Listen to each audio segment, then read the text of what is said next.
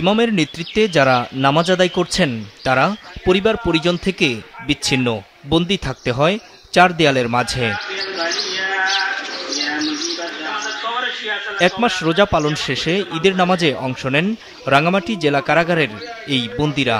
এরপর তাদের মাঝে বিতরণ করা হয় বিশেষ খাবার।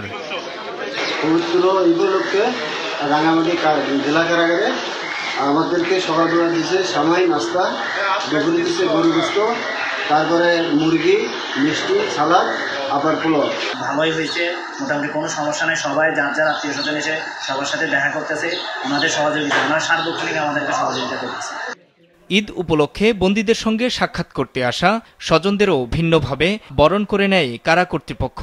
এটি প্রশংসনীয় উদ্যোগ বলছেন তারা।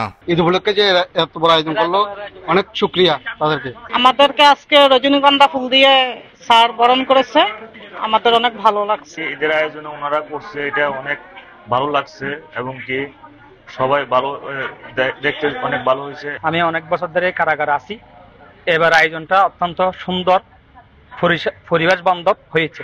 কর্তৃপক্ষ বলছে কারাবন্দীদের মাঝে আনন্দ ছড়িয়ে দিতেই এমন আয়োজন। বন্দীদের মানবিক দৃষ্টিকোণগুলো বিবেচনা করে তারা আজকাল পরিবার পরিজন থেকে বিচ্ছিন্ন থেকে কারাবন্দীরা ঈদ উদযাপন করতেছে। তাদের মা বাবা, ভাই বোন, স্ত্রী পুত্র দেখা করতে আসছে। সেই আত্মীয় স্বজনদের সাথে আমরা সম্মিলিতভাবে একটা অনুষ্ঠানের আয়োজন করেছি। এই আয়োজনের মাধ্যমে আমরা চেষ্টা করেছি যেন তারা সে দুঃখ কষ্ট থেকে কিছুটা সুখ অনুভব করে। আমরা তাদের প্রত্যেক দর্শনার্থীকে রজনীগন্ধার স্টিকের মাধ্যমে স্বাগত জানিয়ে মোবারক জানিয়েছি এবং প্রত্যেক দর্শনার্থীকে আমরা প্যাকেটজাত মিষ্টান্ন বিতরণ করেছি। রাঙামাটি জেলা কারাগারে আসামি রয়েছেন 190 জন। মাছরাঙা নিউজ ডেস্ক।